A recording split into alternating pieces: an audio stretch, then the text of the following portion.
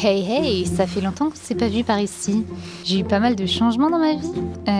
Il a fallu que je prenne un peu de recul pour poser de nouvelles fondations. Car ça y est, j'ai fait le grand saut, je suis passée du Grand Est au Grand Ouest. J'ai donc déménagé cet été.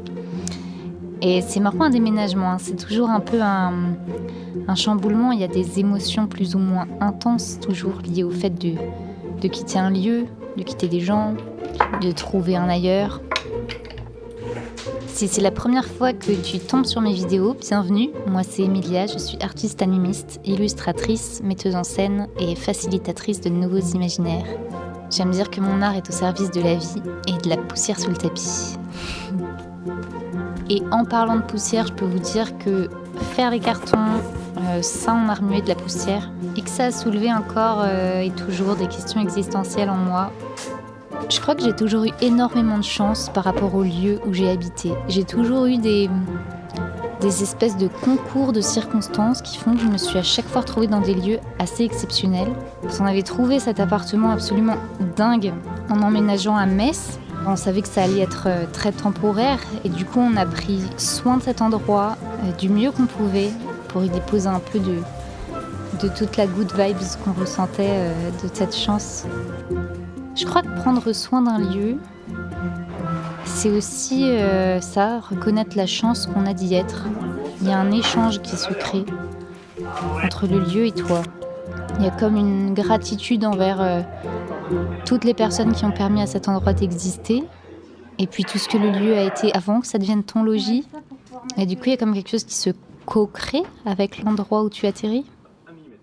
Donc même si on savait que ce serait temporaire et que la vie nous appelait vers l'ouest, on a tout fait pour chérir ce lieu et en savourer chaque minute, chaque heure passée, chaque jour passé ici, pour que ça reste à jamais gravé dans nos cœurs.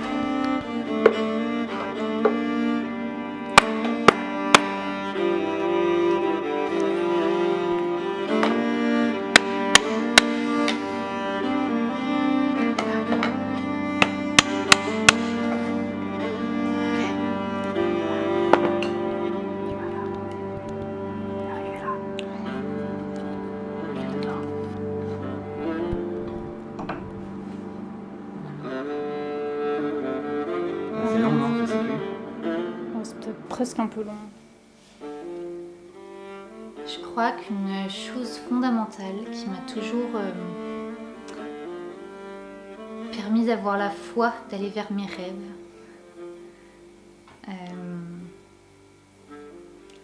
c'est la capacité à dialoguer entre le présent et un hypothétique futur.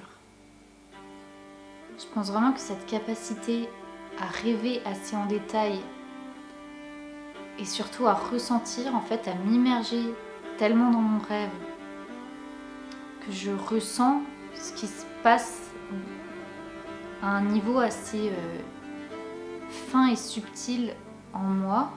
J'arrive à ressentir que ah oui, là c'est bien quoi. Là c'est l'endroit où je me sens bien.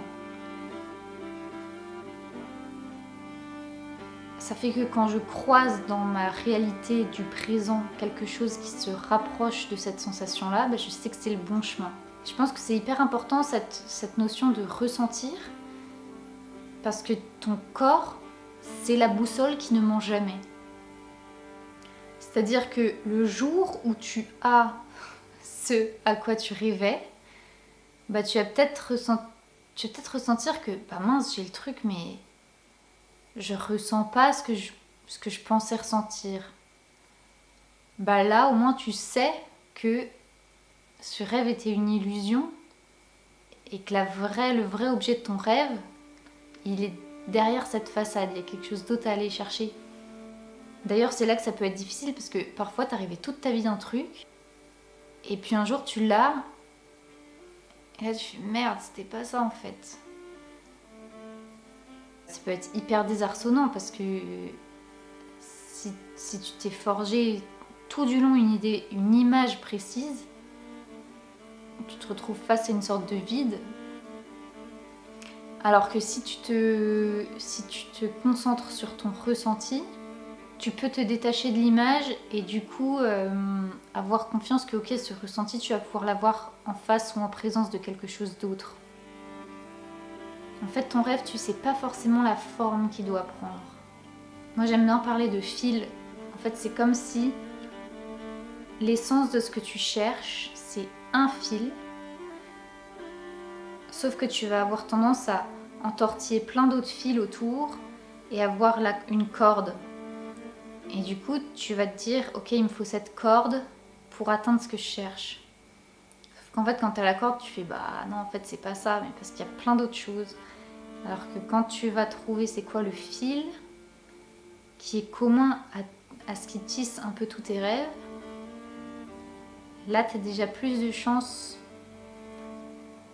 de le trouver. Donc ça, c'est quand tu communiques du futur vers le présent et que tu peux faire advenir le futur auquel tu rêves à partir du présent parce que tu as une idée et du coup tu repères dans le présent ce qui correspond ou ce qui ressemble à l'idée que tu as en tête et tu peux frayer ton chemin vers ça. Et l'autre façon, c'est dans le présent, du présent communiquer vers le futur en étant à l'écoute de ce qu'il y a déjà dans ton entourage actuel et de voir, toujours te sentir avec cette boussole du corps dans mon entourage actuel. Qu'est-ce qui me fait me sentir bien? C'est quoi les objets qui vraiment dans mon corps me créent quelque chose d'agréable? Quelles sont les personnes qui, quand je les fréquente, me créent quelque chose d'agréable? Ce que j'aime bien dans cette façon-là de voir les choses, c'est que ça te permet vraiment de voir que en fait, dans le présent, tu as déjà plein de ressources, tu as déjà plein de choses qui correspondent, qui font écho à ce dont tu rêves. Parce que quand on est trop pris dans ces projections mentales ou quand on est quelque part comme prisonnier de ses rêves et de son imagination et qu'on n'arrive pas à être dans l'appréciation de ce qui est là, en fait c'est hyper souffrant quoi. Alors que de regarder, ok, qu'est-ce qui est là, qu'est-ce qui me fait du bien, qu'est-ce qui me fait moins de bien, en fait ça revient à retrouver de sa responsabilité au sens là où tu es capable de réponse, parce que très souvent ce mot de responsabilité il est très souvent intriqué et confondu avec une notion de culpabilité. Alors c'est pas la même chose. Responsabilité, c'est là où tu es capable de réponse et là où tu peux toi agir quoi. Et on peut toujours agir quelque part, on peut toujours agir à un petit endroit. Quels que soient nos moyens, quelles que soient nos conditions, il y a toujours un petit endroit où on peut faire quelque chose. Après, c'est juste que chaque chose qu'on fait a des conséquences et est-ce qu'on est prêt ou prête à faire face à ces conséquences. Parfois, des fois, on n'ose pas aller vers son rêve juste parce qu'en fait, on a peur de ce que ça va changer dans notre vie. Les conséquences, elles sont pas forcément négatives. Des fois, les conséquences, elles sont positives. Et en fait, on n'ose pas y aller, quoi.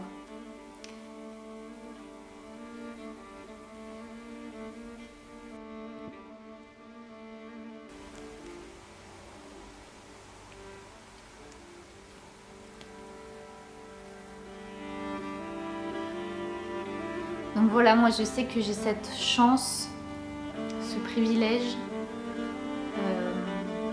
jusqu'à présent en tout cas, et je touche du bois pour que ça continue comme ça.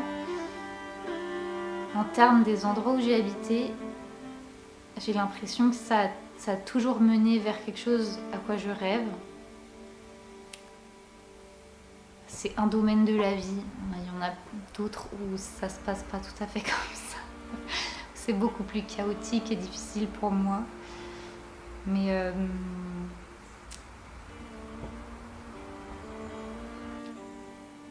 voilà, aujourd'hui j'avais envie de partager ça. Et peut-être du coup t'inviter à regarder qu'est-ce qui aujourd'hui dans ta vie résonne avec quelque chose qui te fait rêver et comment tu peux suivre davantage cette direction. Et même si aujourd'hui tu es dans un endroit qui ne te convient pas, s'accrocher aux petites choses, enfin s'accrocher pas dans le sens comme ça, mais mettre son attention sur les petites choses qui font vraiment profondément du bien. Il ne s'agit pas de s'auto-convaincre. La dissonance, elle est là et le mal-être, il grandit là. Quand on se dit ça devrait m'apporter du bonheur, de la joie, ça devrait me rendre heureux ou heureuse, et qu'en fait ton corps te dit tout l'inverse. Donc déjà, est-ce qu'on peut regarder ça en face? Est-ce qu'on peut prendre le temps de le ressentir? Et à partir de là, les choses vont pouvoir bouger.